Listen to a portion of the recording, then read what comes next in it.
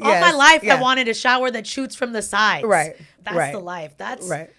like if I've made it in life. right. Like that is what I've got. The shower has it. Yeah. A garage with a washer dryer, a backyard, and a shower that shoots from the side. I think that's an amazing list. Yeah, that's Yeah, I making think it that's great for me. Yeah, I think those are great goals. Yeah, for sure. I think those are.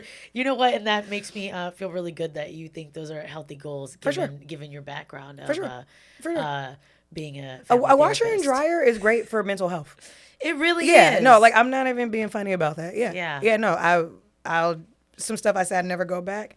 I got a washer dryer, never go back. It's such a privilege. Like I didn't recognize some of these things it's a game being changer. such a privilege. Like It's a game changer. some people just have washer dryer. Some people are like, I'm just gonna throw this in the dryer when I wake up. To keep it warm. Or I'm whatever. like, what the fuck? Throw it in the dryer when you wake up. Like I have a blow dryer. I put the clothes on, then I take the blow dryer. Right.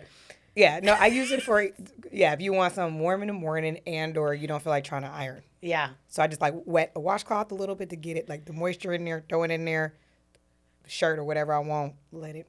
Even ironing feels like a privilege because where do you iron? I iron on my bed and I don't. You don't ask. I don't iron. you just I own an iron, but I don't actually. That's iron. just for show, you know. I do it for company. You like I got an iron, I got a Bible in the first drawer. It's I like do a that. hotel for I do that company. for them. I do that for company. There you go. Yeah, no, for sure. Yeah. I do not iron. I don't iron either. And I'm thankful for my dryer. I am too. I just hang things. And when I didn't have a dryer, I was just wrinkly. Yeah. I don't even care. Most of the time I am wrinkly and I don't actually care. But if there's an occasion where I do care, then dryer situation. I actually heard the steamer is one of the best things you can buy. You know, I actually heard that you just. But mine is on the fritz. It's been skiing. You know, it's like. Is it old? It's a little old. I think maybe the water kind of like, what is it called? Mineral stuff happens when something sciencey happened. Yeah. And now it's like the area where the water comes out from isn't skeeting the way it's supposed to. I love that you're saying skeeting. I think it's hilarious. I don't know if I've heard anybody use skeet and steamer like in the same context, but yeah, I'm trying to bring skeet back into everything. You know, these young kids these days, they don't know about the skeet. They do not know about the skeet. That is hilarious. It's like I didn't know steamers funny. can skeet. Yeah. Steamers, bodies, everything. There's a lot of things that can skeet. Probably that's hilarious. Yeah, your steamer is not skeeting like it's supposed to. Yeah. But all those things help me. Decreasing my workload helps my mental health. For sure. Like if I can have a machine that can do some things, and I can decrease that to focus on myself, that really helps with my mental health, which is actually something that's really important to me, which is what I want to highlight on these different episodes, things that matter to me, to other people. And so mental health is something that is very prevalent on my mind. Right. Which is why I invited you here today, Sharon, because you are a family therapist. And actually, let you go ahead and tell me and the listeners what you do. Yeah, it's so funny when people ask me, I'm like, what do I do? I am a licensed marriage and family therapist. My career, we actually discussed this before, my career I do is called mental health case management, community case management for those with severe mental illnesses, so bipolar and schizophrenia. That's been my career for the last 11 years. So that's what I do. And then in my free time, after work and on the weekends, I have a very small private practice where I see other adults, and I have a contract with the UC Berkeley students, and I do what you think is like traditional therapy. So people come in to talk about life, their workloads, depression, anxiety, just everyday sort of life things that come up for them, breakups. Okay, so your private practice, those clients don't necessarily all battle, or whatever the right word is, with bipolar or schizophrenia. Right. Okay. Yeah, so these are they're very different things. So like case management, so just my job, so my 9-to-5 job, case management is really just about helping, if, let's say, our consumers need insurance, I'm helping them with Medi-Cal. Maybe they're trying to find housing. Maybe they're having their first, psychiatric challenges, trying to get them hooked up with psychiatric help, medications, just trying to help their lives remain as stable as possible. So that's really what I do and help them hopefully transition into the community. What do you think you've noticed that's been like a prevalent theme amongst things that destabilize them in this process? Given the conditions that they have, like, is there any themes that you see amongst people who suffer from or people who have to navigate with being bipolar or schizophrenia? Yeah, I mean, think about any time you have felt just very overwhelmed, just in general, like how that feels. Most of my day. When you just feel really overwhelmed, right? So a lot of times for these severe mental illnesses, I call them like the perfect storm. You almost sort of need everything. So it's like a genetic predisposition for it. And a lot of times then it's wrapped in trauma or a lot of stress. So so the theme of it is a lot of folks, have probably been through some life event. And so the idea is like you have some stress, then you have what's called maybe a break. Where your mental illness basically starts. So anyway, so the theme is really those folks go through the same things we go through. It's just sort of when you have a mental illness, it makes it that much more difficult. They just have a different fanny pack. Like they have different tools in their fanny pack, which make it kind of maybe harder in some ways. Yeah, I mean, because a lot of times maybe they're disorganized or they're out of touch with reality at this point. Yeah. So it's just harder for them to navigate the same challenges that you and I would have, right? So they kind of need someone who is in a more stable place to help them navigate some of these things. What exactly is happening when someone is diagnosed with schizophrenia? Yeah, so something to know, schizophrenia happens later in life. So typically it's like late teens. So you're talking about like maybe the 17, 18, kind of early 20s range to like 30. So what makes these mental illnesses very challenging or as hard is you can know somebody one way and they know themselves. They're one way their entire lives and they have what's called a break and then they're really never back to that person who they were, right? So it's different than like a developmental delay that you may have had since birth, right? So schizophrenia and bipolar, those things happen later in life. So it's kind of like a traumatic event that changes someone. It can. It can. So it can be a traumatic event. It could be, what's a very common thing was somebody was at a college party, maybe doing some recreational drugs, had some effect on their brain, chemistry, they had a break, and then that's what that was, right? So that that's a very common story that happens. So these folks are smart. They're probably in school at a party, like something that you and I would have done, right? Nothing any different. It's just because of some genetic probably component of it. That's what it was. And I'm sorry, I don't remember your original question. What are some symptoms? Like, how do you, what are the symptoms? What is schizophrenia? Like, voices? Like, I don't really know. I just know movie type definitions. Yeah. I mean, it can look so. No two people with mental illness look the same. So it looks very, very different for everyone. But so when you're talking about auditory, so voices are auditory hallucinations, right? So we call those positive symptoms, which really is just like voices that they hear that maybe we cannot hear, that you and I cannot hear, right? These are not happening.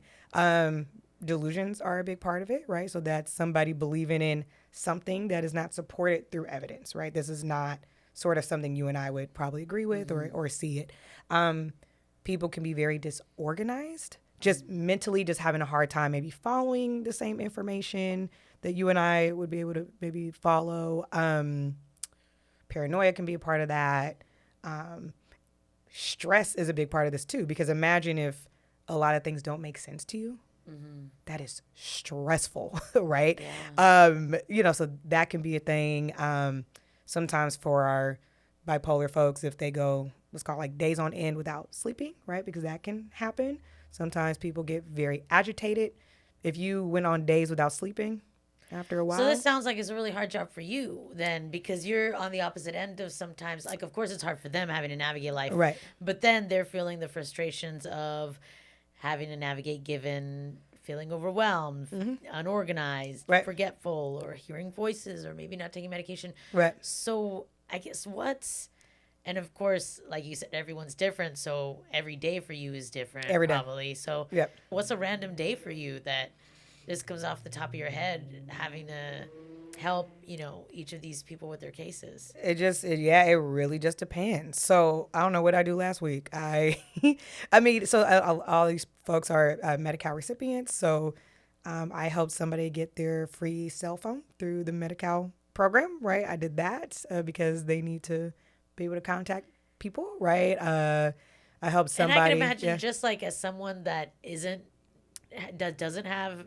bipolar or schizophrenia, dealing with Medi-Cal when I have is such a pain in the ass. Yeah. Having to think about dealing with it with anything else. For sure. It just seems like unattainable. For sure. And that would lead to just this snowball effect of just everything unraveling. For sure. And that's why I keep saying, like, when we think about mental illness, is remembering that sort of the challenges are just like ours. It's everyday stuff. So you don't want to call Medi-Cal. I don't want to call Medi-Cal because, you will be on the phone for an hour just waiting, right? So, yes, if you have challenges with just being organized enough to, like, sit there and do this and navigate these systems that are difficult. Now, we also, like, help people with, like, their basic rights, too, right? So, like, if they are having challenges with housing, we get them linked up with pro bono lawyers who can help. I mean, we definitely try to advocate for them to have the same rights and everything as everybody else. How do you open up the idea? Like, what if someone is, handling obstacles that seem like they're aligned with some of these symptoms, but they haven't gotten diagnosed? How do you approach a conversation where you're like, yo, I'm seeing these tendencies without making someone feel like they're... Yeah. So a part of mental illness, a part of it, I should say a symptom. A symptom of mental illness a lot of time is lack of insight. That is literally like a symptom of it. So in my field, in my time, I've been doing this for 11 years, and there are some times where I'm getting mad because I'm like, look at all this, and I'm telling you, did this, and this happened, and this happened, and the person's like, no, it didn't. I'm like, okay. So I've had to stop pushing. Like, that is their truth, Sharon. That is their truth. That is their truth. And you are absolutely correct. And there are times where I have to be like, okay. Because I'd be pulling that move. I'd be like, this is my truth. No, I mean, at the end of the day, it is, right? So I'm like, okay, cool, right? So to answer your question, like, how do you get people to, like, the next stage? It is important to search what they are motivated by, right? That is important, right? So, for instance, let's say, I'm going to use bipolar as an example. Okay. Let's say someone they can be up for days. That is a part of it. Maybe the person may not agree that they have a mental illness, but maybe they agree that they really want to go to sleep, right? Like they need help with that. Then it's like, well, maybe we can talk to a doctor or something about your medication options to help you with this thing, right? I just think to get people help, you have to find what they are motivated by and do that thing, right? So it's like, somebody wants to move on their own one day, wants to be independent, wants their own apartment, wants to live out of their parents' house or whatever it is. Then it's a conversation. Okay, cool. To live on your own, though, you know how you have a hard time following your calendar? You know how you have a hard time going grocery shopping for yourself? You know how right? So we can maybe put you in some sort of program where you can learn these things so you can move out on your own or whatever, right? So it's not so much a conversation all the time around, you have a mental illness and I think you're crazy and I need you to whatever. It's more about like, again, what are you motivated by? How can I support you in getting that? So for instance, for me, in our program, we help people with all that stuff. Applying for affordable housings and having insurance and all that stuff, right? Yeah. So come to us if you want those services and then we'll try to hook the person up with the other stuff outside of that. So. Yeah. Okay, no, that's a good mature way in case, people, because I feel like these and that's days in general, though. People always try to psychoanalyze people, you know? And so I think it's a healthy way to figure out how to have that conversation. For sure. But in general, you do that for anybody. I mean, really, right? Like, if there's anybody that you think, like you said, can maybe have some work of improvement or whatever it is, and you're like, this my truth, whatever it is, that's okay. But then again, just in general, finding what people are actually motivated by is far more is far more helpful to get people to the next stage. Then you can just you can figure out the foundation of what you're looking for, and then that thing can open the door to the next thing. Exactly. And then you can keep going there. Okay. Exactly. Yep. Okay. So then moving forward then to this is what you do in the daytime. Yes. And then at nighttime, like nighttime. Batman. I like it at nighttime. Yeah, right. I thought you were going to tell me something like, what do I do at nighttime? Or whatever time of day, random. In the night. Go ahead. You are therapizing. Is that the correct word? Therapizing. I like it. Yeah. You're therapizing young adults. Mm-hmm. Young adults. So I found out because I recently read an article that young adults, scientists say they are fucked up. They are stressed. 2023, they 60% are. of young adults, meaning like 18 to 23, I think, say that they have a mental illness or high stress levels or something having to do with their mental balance. Negatively impacts their life for sure. Severely. For sure. No, so I work with the students. Especially like the ones in the PhD programs and the master's programs, what they have to do is unreal. I don't even think this is, how are people doing this? I mean, just on top of, like, they have to go to their own classes. They have labs where they're doing research. They have to be a teacher. A lot of them are on they have to be like co-authors on like other papers. Yeah. You have to, I mean, it is actually unreal. I'm sometimes stressed listening to it. Like, I'm like, I don't know how you all are doing this. And again, on top of just life stuff, if you in relationships, friendships, you worried about your family or money, right? Yeah. You know, you always hear like this term like broke college student, right? You know, you're thinking about money. Especially in the Bay Area, we live in the most expensive place. Yeah. Probably one of them in the world, probably, right? So it's what like, sucks is they're like doing all this and they're spreading themselves so thin with school stuff. I feel like some of these young kids kind of suck with social stuff. And so they're even exerting themselves even more with things that are like not that social. Yeah. Because teaching may seem social, and it does take a finesse to be able to teach a classroom. Mm-hmm. But sometimes some grad students just teach it by regurgitating stuff, so they're not like that great. Mm-hmm. But it's not really a social, it doesn't really give too much in regards to learning socially as much as you could. Mm-hmm. I don't know. Mm-hmm.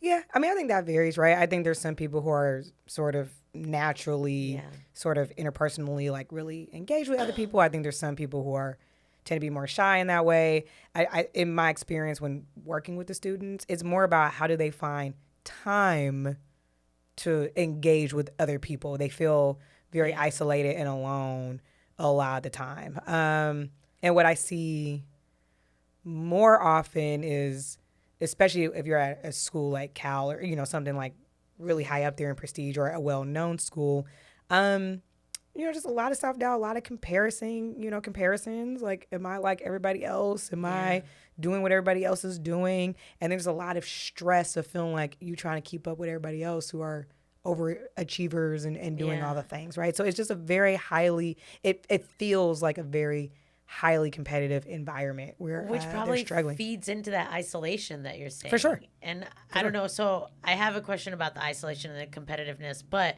do you feel like that isolation is only something recent after COVID, or do you feel like this age group that you've worked with has been continuously feeling isolated even prior to COVID happening? I think for me, it seems like it's the same. And the reason why I say that is the isolation piece is often like an internal battle. So some people can say, like, I can be in a room full of people and I still feel alone. And I think when you are under an incredible amount of stress, we feel like we are the only ones that feel this way, or no one understands me or this, right? So I always tell the students, I'm like, I would be unemployed if you were the only one. You'd be my only client. So no, this is not true, right? But in the moment, in their stories, it really is this felt, it is me, it is only me, because they look around and it looks like everybody else has it together, right?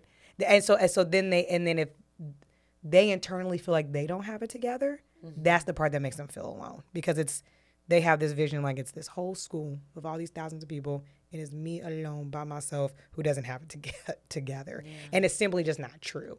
But it's a felt loneliness versus like a physical, like I don't have friends or people. Yeah. It's more of a inside thing. I can imagine that, especially this age group, how they grew up with social media and how all eyes are on everyone all the time, how we could feel the exact opposite, meaning isolated because you're having this perception of all the good things because we've been taught to share things in a certain way. Yep. And so being vulnerable feels less accessible because it's so under the magnifying glass. And then that leads to us even feeling more isolated because then we can't share what we're feeling and connect with people. Yeah. Which is crazy because that feeling of isolation, it kind of ties back into what you're talking about with competitiveness. Seeing all this outside stuff then influences, oh, this is what everybody else has and this is what I have. Right. And I need to get that. So you then kind of feel isolated in your own havings, right? You know, because then you're like, I don't have shit. I'm here all by. Look at them. They're married. They got a house. They got kids. They got money. Whatever it is that you feel like you're on this lonely island. Yeah. I always tell people, if you know yourself very well, you know your worst thoughts you've ever had. You know the worst things you've ever done. You also know your triumphs too, right? So you know them both, right? You know your traumas, you know your insecurities, you know your soft spots, you know all this stuff about you, right? If you compare yourself to anybody else, you're always going to lose in that comparison. You're always going to lose because you have far more information about yourself than you do anybody else that you'll see just walking by on Instagram or whatever it is, right? Totally. So you'll always lose. You will always lose that thing. And you know, I'm really big on like how we tell our stories. So when we look at our story, sometimes we sort of pinpoint like the worst thing we've ever done. And I think I'm a pretty good person. But I promise you, if you would have caught me on my worst day ever, you would think I was a horrible person, right? If you caught me, trust me, I've had a few of those days, right? If there's one I'm literally thinking about in my mind now, but my point is, if you caught me on my worst day, I would look pretty bad, right? Yeah.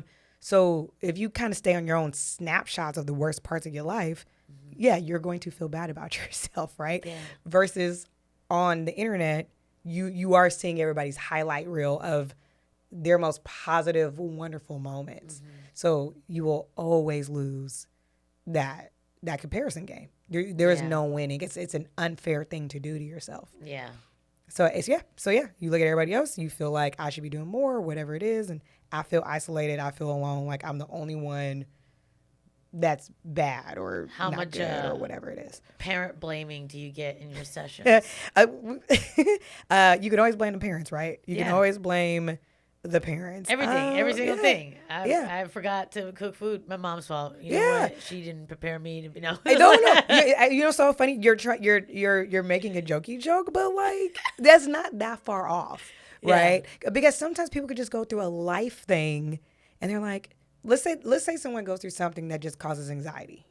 Then it's like, but I think maybe I started with anxiety because my mom, didn't do this, or my dad didn't do this, and I'm like, maybe, and we can talk about that. And I want to highlight though that the thing that you're going through right now is just anxiety provoking. Like anybody would probably feel that. So a lot of people do, I think, try to make the story for why they're having something going on. Yeah. And parents are a very convenient route to go down. I mean, I've been guilty of that too, but I found that when I do it, it serves as an explanation for something, but it doesn't serve as a solution. It's never helped me get to a better place, like in regards to fixing the thing that I'm blaming on my mom. It just maybe helps me understand it more.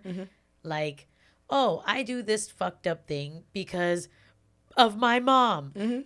But after I blame my mom, now I have to unlearn the fucked up thing. Like, I get it. It's your mom's fault. It's your mom's fault. You suck. Now, can you stop sucking? Yeah, you're basically saying I'm not going to just commit to this I suck path. Yes. Right? Yes, they're exactly. And a lot of people do it for too long. And it also makes me, what I have learned is like, in my healing process of trying to get better in regards to growth and not just blaming my mom, is just understanding her better. Yeah. Yeah. And yeah. Yeah. So talking about parents is really my favorite topic. Yeah. Yeah, talking shit. Yeah, let's talk that shit. No, parents. No, I really,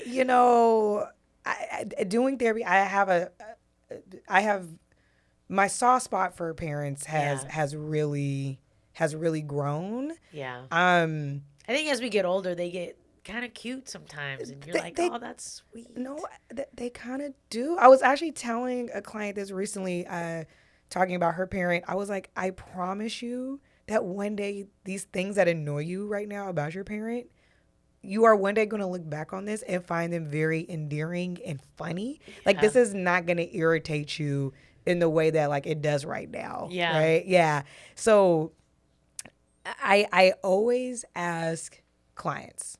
So this is the thing. We know our parents like mom and dad. Yeah. Right? They don't have names. When they become our parents, they no longer have their individual name anymore. They are mom and dad. Yeah. And with mom and dad, we sometimes have this expectation that they are these superhero, super beings. They're going to do everything correct. Now, to clarify, we are not talking about like parents who are just obviously neglectful and abusive and all that. I'm talking about... Which do exist, yes. Which do exist, right? I'm more so talking about the parents that are just themselves, and we just find them annoying. Your average there for you parents. Exactly. But they're annoying, or they didn't show up exactly the way you needed them to, or maybe they had some weak spots here or there. Mm-hmm. And I always ask clients, like, well, what are your parents' names? Like, literally, like, what are their names? And what do you know about that person? Yeah. Because they were this entire person before you ever came about. Yeah.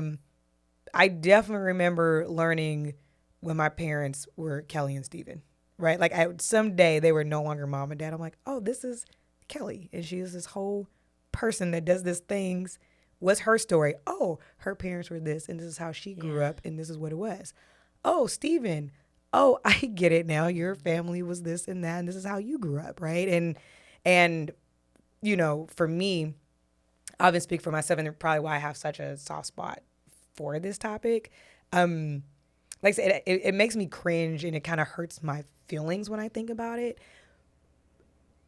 In simplest terms, my dad was just different. There's no other way I can describe it in this episode that we're doing it today. But my dad was just different in some ways. And there were years that I was just like, he's weird.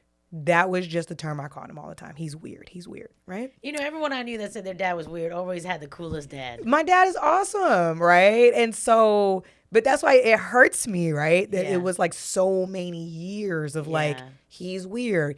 Doing the comparison game. He's not like other dads. He does this differently. Why is he like this, right? Like, I really wanted him to fit in this certain dad mold, right? And I just was having a hard time accepting him for exactly who he was, right? So it was years, dad is weird. And when I started learning about him as Steven, really, really learning about him as Steven, like the man, right?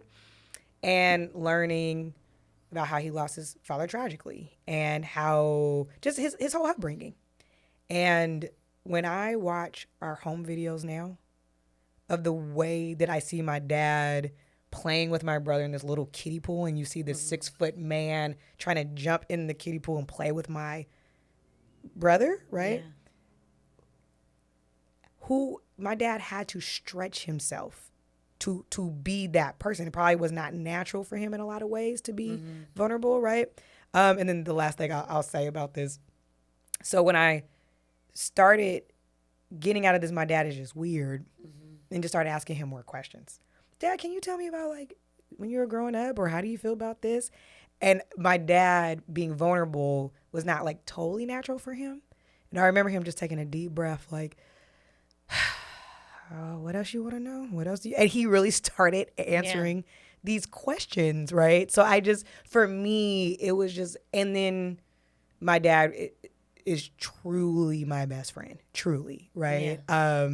And I'm just so happy that our relationship had evolved into that, right? So anyway, that's why I kind of have a personal soft spot that's with good. it. Yeah. And I think also asking our parents questions to get to know them is really good, because they feel, of course, valued, like you care, but then also you can get to know the things about them that have helped shape who they are, right, and how they think. And then you can understand how they think.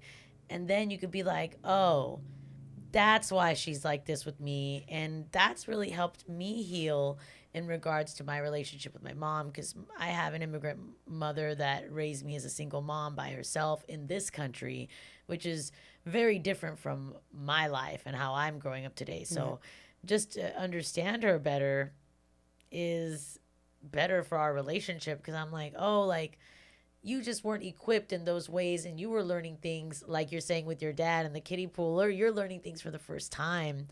And so I wasn't thinking about that when I was young. I wasn't thinking, oh, this adult is doing these things for the first time in their life, and they may not be that good at it. Yep. They may not be able to replicate what you're seeing on the Disney Channel with parents on that show, you know? And think about how, so nowadays, we have children so much later now. Mm-hmm. So we are, I mean, think about youth. When I used to think about the age of a youth, it's like, when I think about youth, I think like 13, 14, 15, like that's like a young person to me, right? Yeah. Do you know now for like mental health services, a transitional age youth is now like 18 to 25, and I think it was extended to 30, because like humans take a very long time to adult. Yeah. When you're 18 to 25, how do we treat our colons? Like shit. We shouldn't be in charge of anything. And then when we're older, that's when I really started taking care of my colon. Right. I'm not drinking blue drinks from TGI Friday. Exactly. I'm not eating Burger King breakfast. Now I'm like, what I eat today is what I shit tomorrow. I love what I eat today, I shit tomorrow. That is... Hopefully, that's the goal. That is amazing. That's how I live my life. That will be with me for the rest of my life. I'm not gonna lie. I made pasta today, and I was gonna eat it after you left, and then I was like, that's too late. I feel it. That's too late to eat pasta. That's going to mess with my shit tomorrow. So I need to eat this before we record the podcast. You see how I think? I do. It's all about the shit tomorrow. That's responsible. I like it. So I was talking about, like, now we're older now. So we're also judging our parents' parenting when they were so much younger. Yeah. Right? So to the point, if you had children in your 20s, your kids would maybe grow up like, my mama used to be out drinking blue drinks and not taking care of her colon and not caring about what she shits out today, right? Exactly. So but you would be a different... Most important lesson in life. You would now be a responsible mother who eats pasta early enough in the evening. Exactly. Right? I do get what you're saying. And I feel like when we're older, we can understand how to be better, and then we can understand our parents better, understand where they're coming from. Right. Because, like... I think for me, at least with my mom, like, I have to accept who she is. That's what I've learned. I have to accept who she is, so I need to know who she is. And my mom, with who she is and with who I am, the biggest difference in our life is how I look at sex. Mm-hmm. How I look at sex, and my Indian mom, how she looks at sex. And I remember one time we were together, and I went on a date with a guy, and he was Indian, and my mom was really excited. She was like, oh, he's Indian, like, you guys are going to get married. And I was like, I don't think we're going to get married because he just lost his virginity a year ago. And my mom was like, so what? And I was like, so what? That means he doesn't know how to eat. Well, I said he doesn't know how to give oral. And my mom was like, gee, gandhi, like, that's gross. And I was like, no, Mom, it's not gross. And then I was like, Mom, why do you think that's gross? Right. And then she's like, I don't know, that's not something we talk about. And then it was like, let's unpack this a little bit, because not talking about it means we're shaming us getting our pussy eaten, Mom. And the feminist that I am, I cannot allow this kind of talk in your house. And so let's talk about this. And so we did, and she was like, that just really wasn't talked about when in marriages or anything. And I was like, a woman's orgasm, specifically only a woman's orgasm, which can come from oral, is not elevated, which is why she thinks the way she does, which is why she thinks gross when I say I need a man that gives oral. Right. And I want to have that open type of conversation with my mom, because I'm in my 30s, you know?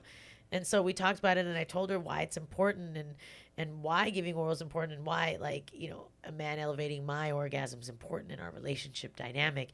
And I'm an adult, so I am able to think about my mom and the life of orgasms she may or may not have had, because as a woman, it makes me feel, because as a woman, I want every woman to have wonderful orgasms. Right. Orgasms once in a while that make them kind of tear up because they feel so cleansed and emptied and therapeutic, you know? And I can kind of understand why she looks at sex the way she does. But it's given me the chance to understand her, to now explain sex and its importance to me the way I see it. And I think, you know, she sees my growth and my sexual agency kind of as a catalyst for her healing. Yeah. Even though maybe she's not, I don't know if she is or isn't coming like I hope for all women to come, yeah. But she knows I am.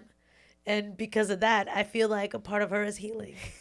Maybe it's going to motivate her to, like, you know what my daughter is, so I need to see what I can do, right? Or I just said some narcissistic ass shit right now. Because especially if you're talking about, yeah, Mom, you know, sometimes you tear up. She's probably like, oh, tell me more, really, yeah. Right? You know, but just to kind of, you know, I actually really do love that example. Yeah. And kind of going back into your story. So it's, what, Mom, I want somebody who knows how to do oral sex. And when she say that's gross, right? Yeah. You know what a lot of people do in this moment, especially kids? It's like, this is why I don't talk to you. Yeah. Like, a lot of the conversation could have just ended right then and there. This is why I don't talk to you. She says it's gross. You're like, fine, I can't talk to you. This is not safe space for me, right? But you actually became curious.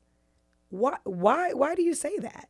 Right? Is an activist to me. I said, why don't you want your pussy? Why? Right? So I actually think that is a beautiful example of how the conversation usually ends like really early. Yeah. Versus being curious is actually what keeps it going, right? Yeah. And, you know, to the point when we're talking about, we don't really always know our parents as people. Sometimes our parents have a hard time talking to us because we're just their babies. They're just their kids. Yeah. So your mom is learning grown up you, this adult woman, right? And that's why I actually love this example, because you are a grown woman, feminist, who cares about your orgasms. And that is your right to experience sex in the same way that everybody else does or should, right? Yeah. And so I actually love that example. Yeah. I love and now what I've realized, I love talking to her about sex in like and not just like a perverse, like, vulgar way, but in a way where, like, she's getting to explore these territories that she hasn't been exposed to. And she, you know, on Netflix, she doesn't do it on her own through shows. Like, her and her friends, you know, they all live with the same stigmatizations and boundaries on what kind of conversations they can have. Right. And I don't have those boundaries. And so I make her uncomfortable, but then I push through that uncomfortability to like get her through a new place, you know? I get waxed once in a while, and the lady that waxes me told me that she has an Indian client, and there's a large Indian swinger community for the older Indian community. And I told my mom about it, and my mom was like, I don't understand that. Why go to the party with your husband if you want to do it with somebody else? And I'm like, well, Mom, that's funny. This is something to consider. Like, if you're in a healthy place in your relationship and you've realized, like, hey, these are some sexual ways we don't share anymore, but you still my ride or die. But maybe we can go to this together and leave and you know. And then my mom was like, okay, but then what if they fall in love and then want to leave with somebody else? And then I'm like, but then that's why you communicate before you go in and know, like, this is where we are, this is safe, this is strength. And that's why we won't bounce on each other. Even if it is good. She could give me the wildest head of my life. But I know that, can she raise a family with me? Can she cook meals with me? Like, can she pay taxes with me? Right. Like, you know, and then I explained all that. And my mom was like, oh, wow, okay. So just like to explain it, you know, like, I'm not telling her to go out and do it, but just to be able to be like, here, Mom, this is an idea. That is. And she knows in India, people cheating on everyone all the time because of arranged marriage. And so this is like, oh, there is a doorway to an escape if we are in this relational thing due to cultural expectations and things. Yeah, absolutely. And especially, again, going from a culture of arranged marriages, right? It is not for love in the way that we may think that, because relationships for love is a very new concept. It's called a love marriage. A love marriage. And then there's love marriage. True. I like that, right? So love marriage is a very new concept, right? Yeah. Woman's pleasure is a very new concept, right? Yeah. The whole institute of marriage was for resources and trading women for land and property. And training women. You couldn't, if you were a woman at one point in history and if you were not married, you cannot have a bank account, you cannot drive, you cannot own a home. It was all these things. And again, our sexual experience was not a part of anything that was important, right? Yeah. So then talking about relationships now, you and your mom are coming from very different worlds, right? And so I do think kids have a choice. If I want my parent to be involved in this way, and vice versa, parents have to decide too. If I want my child in my life in this way, if I want a close relationship, it really is being curious about the difference in upbringings, the difference in culture, right? Because your mom is... And that's what love is just understanding the differences. Is understanding the differences. And this is why, again, I like this idea of when you mentioned it, she said it's gross. You didn't let it go like she doesn't understand. She just old school. She comes from old traditional, Indian culture. I just, I'm not going to deal with it. Yeah. You're like, well, no, Mom, let's talk about it. I think it's working a little bit. Like, I feel like my mom sees the world now and sees marriage and parenting as something totally different from when she saw it when she was younger. Right. And now she's like, you know what? Don't get married. If you don't know if you don't have kids, just don't even date. And I was like, well, Mom, I got my needs. She's like, what, sex? Sex? Go have sex then. Go have sex. And then do your thing. And I'm like, oh, shit. That. Okay, Mom. I'll do my thing. Yeah. I'm going to do my thing. I'm going to go get sex. I'm going to do my thing. Yeah. but that's a huge difference, though, right? From culturally where she's coming from, like, marry an Indian guy, right? Like, do this, like, do it this way. And now she's like, you know what? I get this independence thing, right? That's okay. Like, that's okay, too. So now she's no longer, well, you didn't necessarily say this, but it is making it so she may not judge your choices in the way you want to live your life, right? Because she better understands you, right? So I actually love this example. So we both healing. Yes. Yeah. I'm reading this book. I am 50 pages in it, and it's excellent, and I'm only 50 pages in it. All About Love, bell hooks. I'm excited for the rest of the book, but in these 50 pages, which are excellent, she really talks about how we don't really know what love is. We really don't. And how if we can all kind of be vulnerable and we're speaking to each other like, you know what, I don't really know what this is, right? But I really want to learn it in this relationship with you in this way. If everybody can kind of admit, like, I don't really know what's going on, it can actually really help the conversation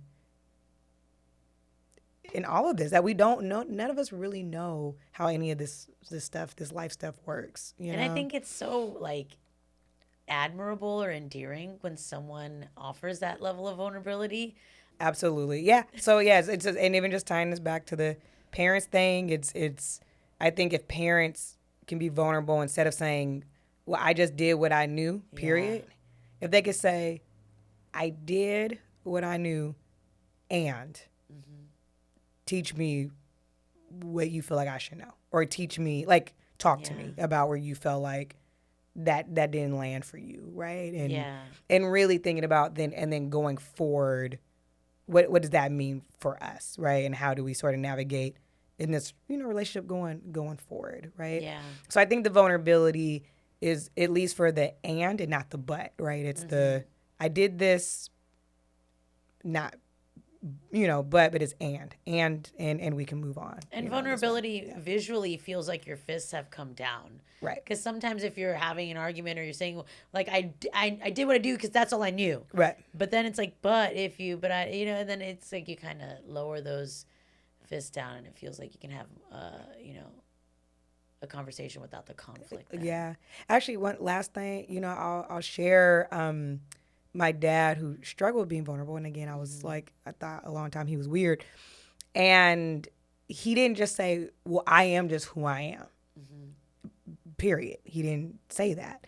And my mom told me one time that he came to talk to her. He talked to her and he was like, I don't know, but Sharon needs something from me and I'm going to try. So he had that sense, right? Because I'm asking him questions. I'm doing this stuff. And he didn't know what none of this was. He's like, this is some vulnerability. This is some deep conversations. I don't know. And he just said, but she needs this. And so he tried, right? And that's why I love him so much. And that's why we were best friends, because I know it wasn't natural for him, but he didn't give me a period. He gave me an and, right? Yeah. He's going to try to work with me. So, yeah. Yeah. Yeah. I guess that would lead me to the last question that I normally ask, which is how, you know, in the context of our conversation, how we can maybe better love our parents and stuff. But I feel like we've kind of gone over that with getting to know them and offering vulnerability and, you know, asking questions to understand and to heal through that.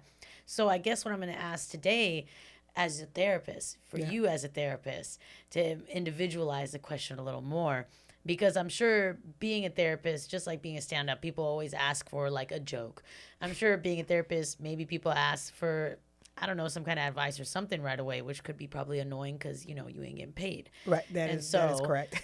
Really, that's the only reason I invited you to be on the show today, is so I could just vent about my mom for an hour. Right. But I loved it. how can someone, a friend, I'm going to wait for that car. Okay, there we go.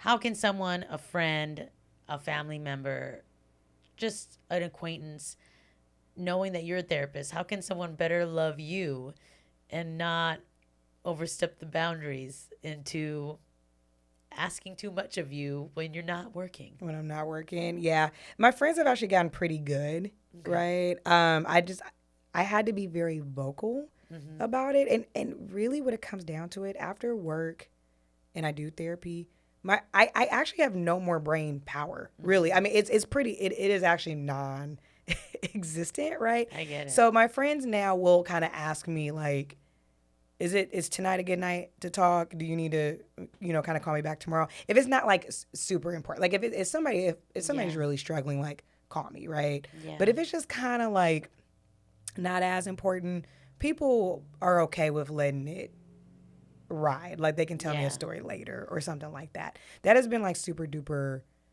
helpful. And just, you know, if I'm having fun, that's what I want to do. I don't want to be weighed down by mental health in this moment. Yeah. I think that's actually important. That's something that's come up with some other people that I've talked to too, is just checking in with people and seeing if they're ready to take on whatever emotional load you're about to bring to them. Right. And, you know, if they're not. Actually, I was going to ask, how do you do with I'm just curious, the whole telling a joke. I just tell them, man, you giving me money or what? I feel it.